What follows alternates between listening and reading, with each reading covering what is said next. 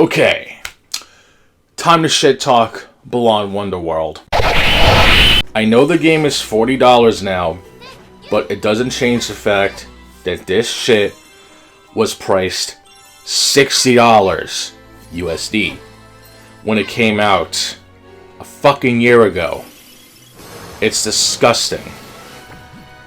Seriously.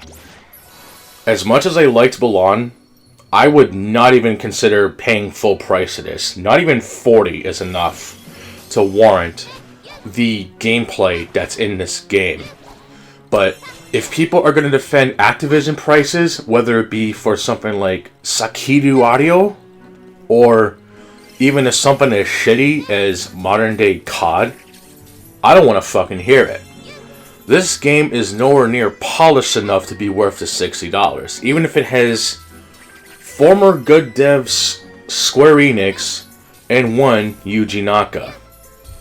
And speaking of those two, I legitimately do not want to hear shit about how Square Enix mistreated Yuji Naka, or that Yuji Naka is a misunderstood individual who only likes whatever he's into, or that he has a legacy of creating a character who unfortunately is the vortex that circles around the fucking fandom. I really don't want to fucking hear it right now. Seriously. There have been games that have been made by great people, and yet, at worst, it's something like Balan. And something not as shitty is just forgotten because of how fucking mediocre it was.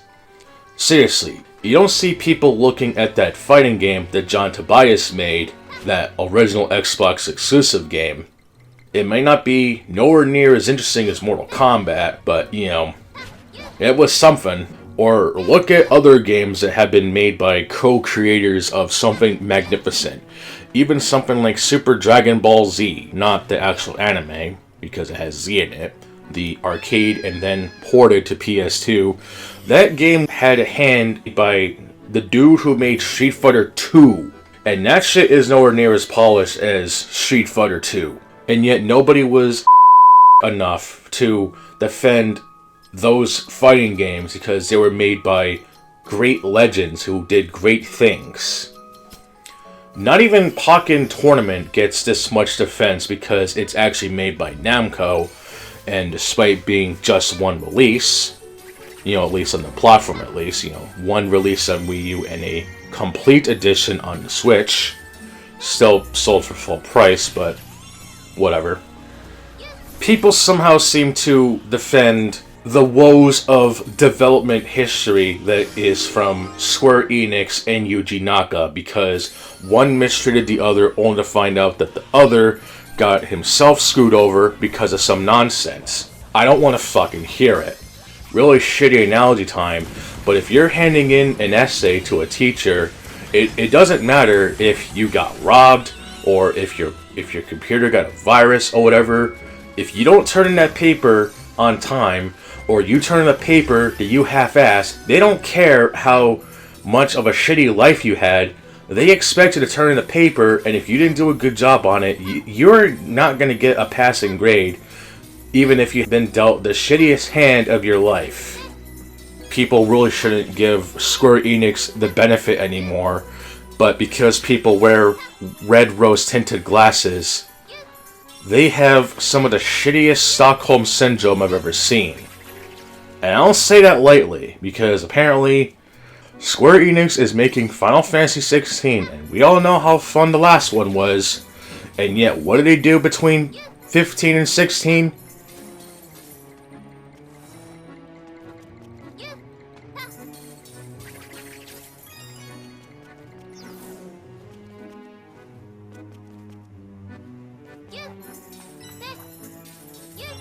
But guys, they'll make it good this time. They promised us. Sure. As for Yuji Naka, I'm not going to entirely blame it all on him, but let's be honest. Sonic had a rough transition. I'm just kidding. No. Modern Sonic games can't even compete with what the older games used to do well, but let's be honest.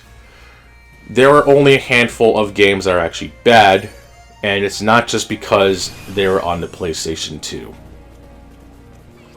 But then again, people are about as decisive as all the rest, that no one ever was. But speaking of undecisive, this one is going to require even more context.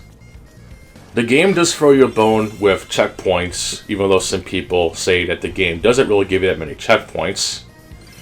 And despite the game having that stupid thing like in Contra, where if you get hit once you lose your power-up, you essentially have lives for the costumes. So you can carry up to 3, and if you have a mixture of them, you can get some invincibility frames, like I mentioned in the last video.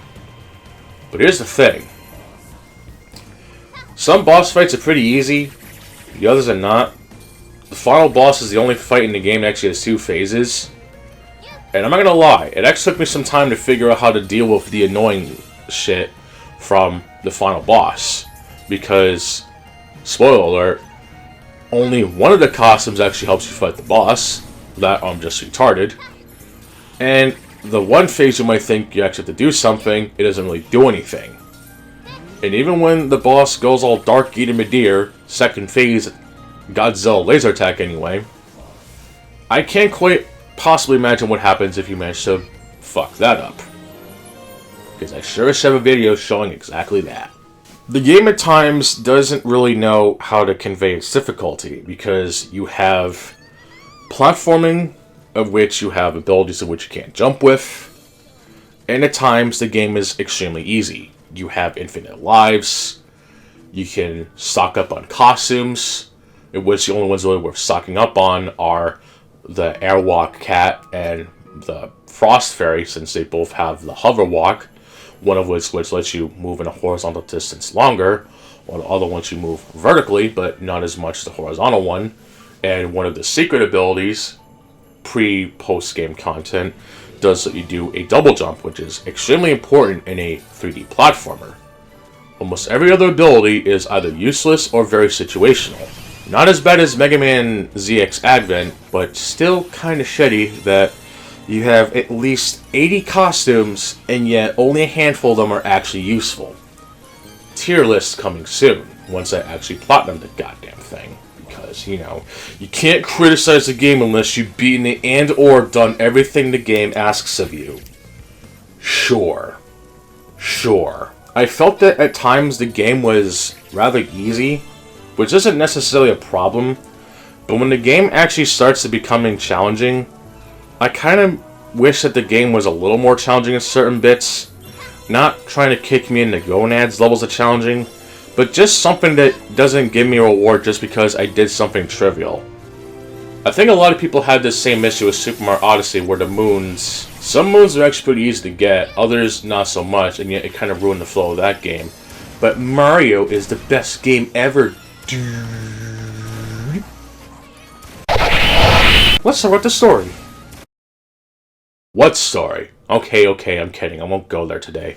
But seriously, this is one of those games that you have to look into outside resources to know what the fuck is going on. When I actually watched the opening cutscene for the first time, because, you know, I usually skip all that shit, since I already knew ahead of time, that the game practically has no fucking story.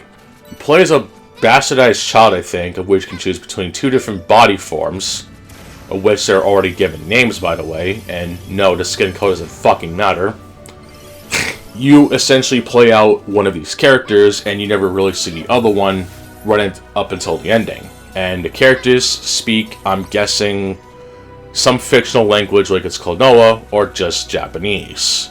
Even with the game having very little story, whether you are about to fight the boss, or even the first time you fight Lance, yes, that's his name, you fight Lance, and the main character is Balan. Put the 2 together, and you have yourself a pretty funny little accident. Just like Demon Brand and Soul Brand. Form them together, you get the Northern Regalia. You form Balan and Lance, form those 2 together, and you get some of the shittiest porn on Rule 34. Okay, maybe that was a little bit too far. Legit, the first time you run into Lance, he just... like he's Dollar General discount store Thanos from the Marvel series, and he just kind of fucks off. And he does this at least 11 more times in the worlds that you fight the sub-boss in, which seems to compose of a tall, shadowy creature with 3 masks. Thrice the pride, thrice the fall. Even with the cutscenes that are there, you just have no idea what the fuck is going on, because all the game's story context is in a fucking manga or whatever, and unlike something like Superman 64, the game couldn't even be bothered to give you a digital manual which has the damn story translated, because I'm guessing it's something for Japanese viewers only, or even just, oh, I don't know, having a setting in the fucking options menu lets you, oh, I don't know, read the damn thing. Also, why the hell is the opening cutscene not playable the first time you actually boot up the game? You think this would be something you see first, but no, it plays after the new game option. Look, I don't care if something like Sonic Forces... Fuck. Did I just reference Sonic in a Yuji Naka game? Fuck. Let's try that again. I don't care if something like Sonic Forces goes back to its comic book roots and that it references shit that people like me are not gonna fucking care about, or that if something like Mortal Kombat X has things that are mentioned in comics but people like me don't exactly have the easiest methods to access them. If you're hiding critical plot points besides outside media and the media is not readily accessible or implemented into the main game, that is a shitty move, and you are not about to defend that shit. I should not have to look up outside material just to understand what is going on in the media that I choose to consume the game on.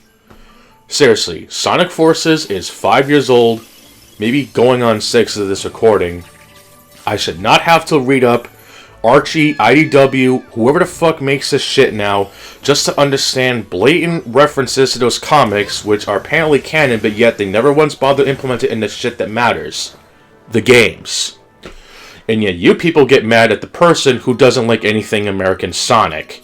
Oh, I don't know, because Sonic came from a Japanese company? No! Let's just move on to the next topic. Speaking of Sonic, again, how many times have I said that? Whatever.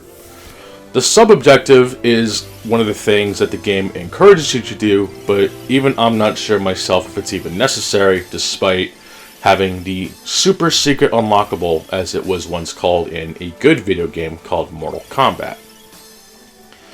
Essentially, much like with the Chow Garden in Sonic Adventure and Sonic Adventure 2, which people seem to be crying that they bring it back, even though it was honestly a pain in the ass because it was required for 100% completion, which is the main reason why I don't really enjoy those games, but just playing the game regularly, it's not as bad, but whatever. Modern day influences will change their opinion by next week, I promise.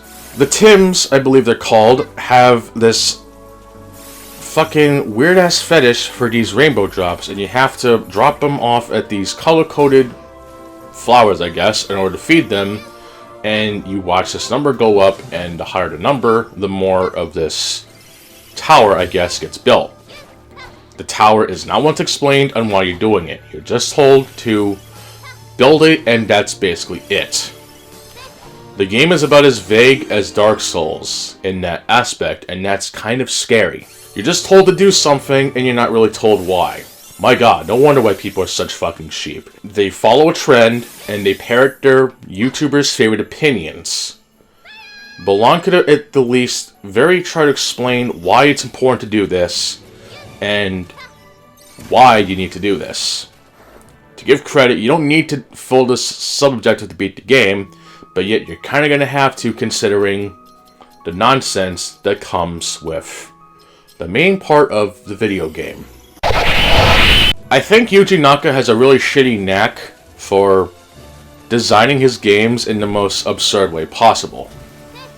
Because the game was clearly built with a Sega Genesis in mind, and yet he's making a video game where most controllers nowadays comprise of 4 face buttons, a start and select, 2 analog sticks, a digital pad, the L1 and R1 buttons, and the L2 and R2 buttons, or if you're artistic, the R1 and R2 attacks in Dark Souls.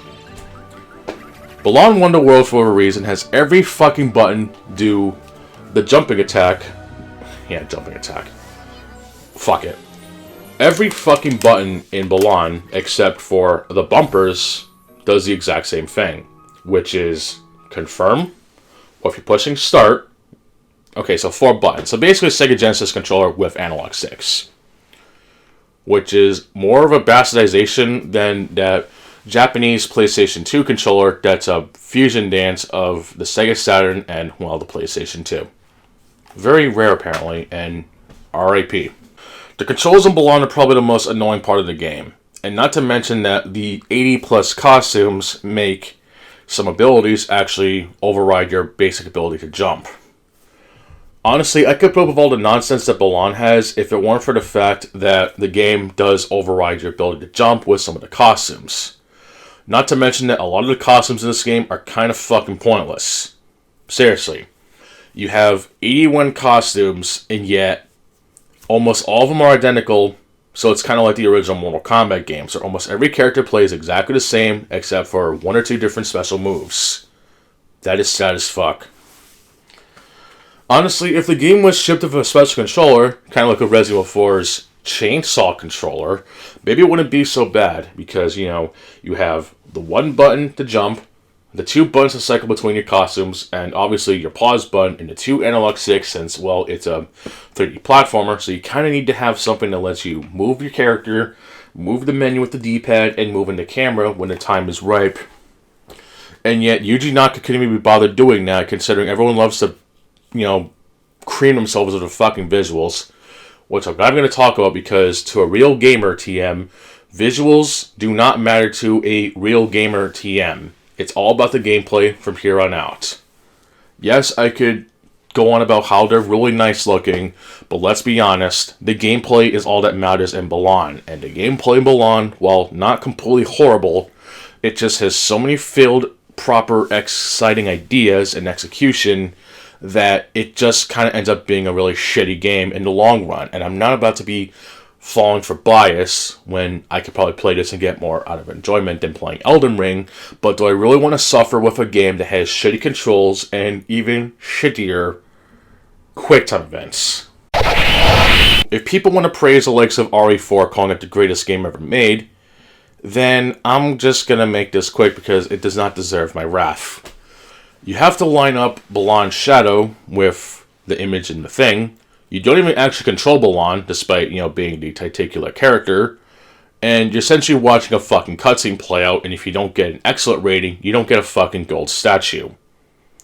And the only way to restart this shit is to either quit the game, you know, during the cutscene, or to, well, you know, normally beat the boss and then try again. It's 2023, and I guarantee you people will still defend QuickTime events because, you know, people complain if they're not doing anything in like 0.25 seconds. Jesus, why is Die Hard Arcade and Dynamite Deca 2 the only games that actually have good fucking QuickTime events? Damn it, Yuji Naka, you came from Sega. Whatever. Of all the 81 costumes in the game, there were 2 that definitely come to mind.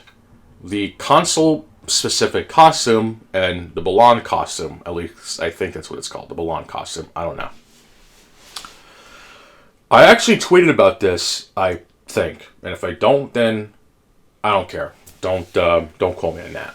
Of all the retarded costumes in the game, that's not including the Fox box, because I don't really know what else I could add to that, when there are plenty of other RNG costumes that are just as shitty. The 2 costumes in the game that come baffling to me are the console-exclusive costume and the Balan costume. The console-exclusive costume was something that you actually had to play the demo of in order to gain access to the costume. Because, you know, there was a demo for the game, but apparently someone at Square Enix thought the demo was so shitty that they had to pull it out faster than having sex with a hooker, or, to be more specific, when the Sonic 06 demo was actually unveiled for the first time in video game history. Not to mention, the costume itself is rather game-breaking for 3 good reasons. Number 1, it fires a lot like that one costume, which shoots whenever it feels like it, except it pierces through multiple targets, which makes the combat insanely trivial. 2, you can input a cheat code to actually unlock this costume. In case you're wondering, here's the cheat code. And 3, even though you can only carry one of these costumes, you can always replenish on it whenever you get to the costume selection screen. So you're never really going to run out of this costume. And I believe the costume actually sticks even if you choose to start a new game. Yeah, that's pretty overpowered. Also, it does not restrict your ability to jump. And just to mention, by the way, the costume design is dependent on the console you're playing on, whether it be on the PlayStation, the Xbox, Steam, or the Switch. I am actually impressed that they did manage to not have this costume be locked to the demo, because I went on archive.org to download the demo, only to realize that it wasn't cracked, and I'm like, well, shit. But then when I went on the wiki, I'm like, oh, there is a code, except the code isn't in the fucking game. Now, speaking of costume overpoweredness, there's Balan's costume, which is the ultimate endgame reward for doing a sacred ritual that is about as annoying as trying to do Square's better Final Fantasy games that requires about the same effort. Except, to my knowledge, and I could very well be wrong, and if I'm wrong, please correct me, the Balan costume, despite being clearly broken because you can essentially do infinite double jumps, if you happen to get hit with the Balan costume, you have to make it all over again, and you can only have one of it at a time. So you can't even play with a friend in co-op and just jumping around like nobody's business.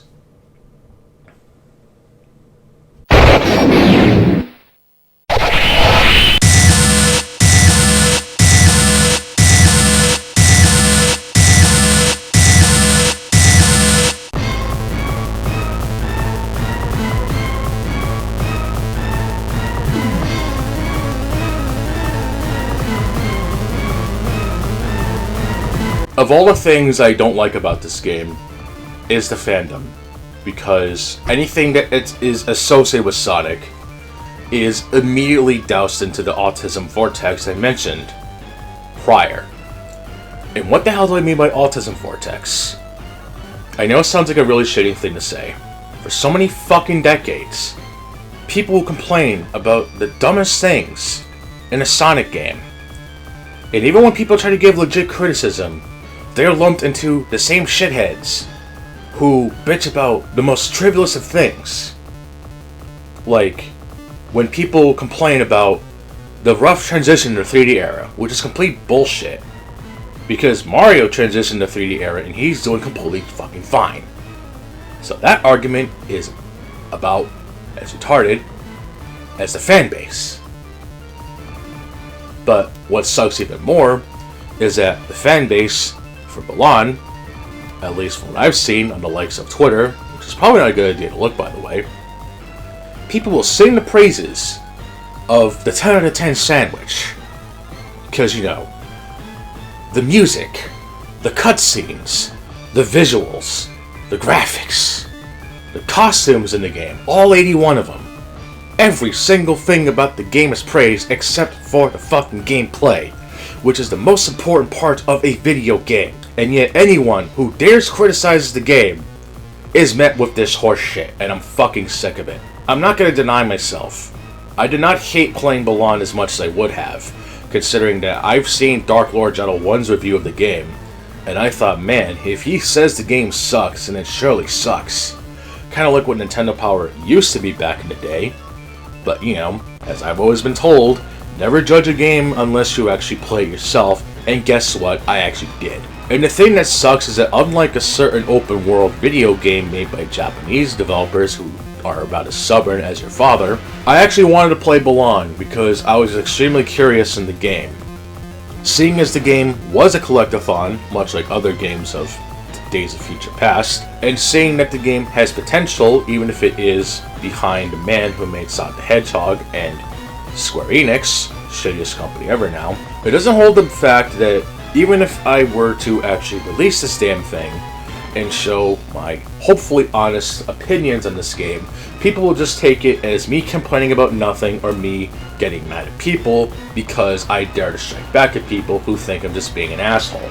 If there's a reason for me to want to play a game, I'll play it. If there's a reason I don't want to play a game, it should be respected like how people have choices in their lives that they have to abide or otherwise. Even if it may not make sense to you, it makes sense to me. I don't bring it up unless you bring it up or I'm going on a tangent that somehow relates to it, but hopefully not being the main discourse. At least I'm willing to admit that in those cases, yeah, I'm being fucking stupid. But there's no way you can tell me that people will somehow give Balan the benefit of the doubt because it was a missed potential. It was an underrated classic. No, it's not. It is far from an underrated classic. You wanna know what's an underrated classic? Demon's Crest. Having played Balan now, that argument of stop pretending as if game quality is at all objective fact, I actually don't agree with that either. Or calling the game objectively bad while playing it. I have played it, and it does suck. I'm not gonna kiss the game's ass because of nostalgia or wearing the red rose-tinted glasses and shit. And the please stop having it's okay to like it even if it's bad attitude, as if people are completely incapable of both enjoying and arguing in defense for games that are generally seen as bad. You can still enjoy a game even if it's bad, but you are not about to tell me that I am wrong. Seriously, how can you say this to someone like me, and yet people can't even form their own opinions correctly unless it's their favorite YouTuber spouting the influence of the week? I suppose I have this meat ready to thank for actually me pushing to play this game, but I will not give any more fucks on people who will try to downplay my feelings on shit. I know that Balan is not a good game, but I didn't completely hate it. But if I were to be the same person like everyone else who just let people have fun with the game, I'll be just like everyone else saying the same shit. It's a misunderstood game, guys. It just got a lot of treatment during the behind the scenes. No, fuck that. The game wasn't completely terrible, but it does not give a passing grade. My D ranking still stands in the media thread of 2023. And even something like Duke Nukem Forever, which I rather played than Doom Eternal by the way, and yes, I'm being fucking serious, I can understand why people hate it. And even putting my personal biases aside for Duke Nukem Forever, I know it's a piece of shit. And rightfully so, just like Balan. But remember, I'm the one who's unfair, guys. I think I'm done here. Now if you excuse me, I'm gonna go play the better game. Chameleon Kid.